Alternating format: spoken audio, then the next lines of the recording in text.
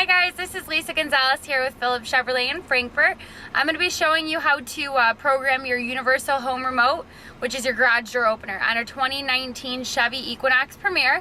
This option is available on the LT trim level as well, but this one's actually going to be standard on a Premier. It's the 3 buttons up here up top. Those 1, 2, and 3 buttons will program to your garage door openers. What you want to make sure you can do, you are parked in front of your garage door. You want to make sure the vehicle is parked right in front of the house. You're going to have your bulky garage door opener right next to the 3 buttons here. You're going to hold your first garage door opener down at the same time with this button. It's going to beep and that flashing light's going to go off. And then you'll know once it starts beeping that that's programmed. If you want to do a second one, you do the same exact thing, and then you could do that up to 3 different garages. And that is actually how you use your universal home remote on a 2019 Chevy Equinox Premier.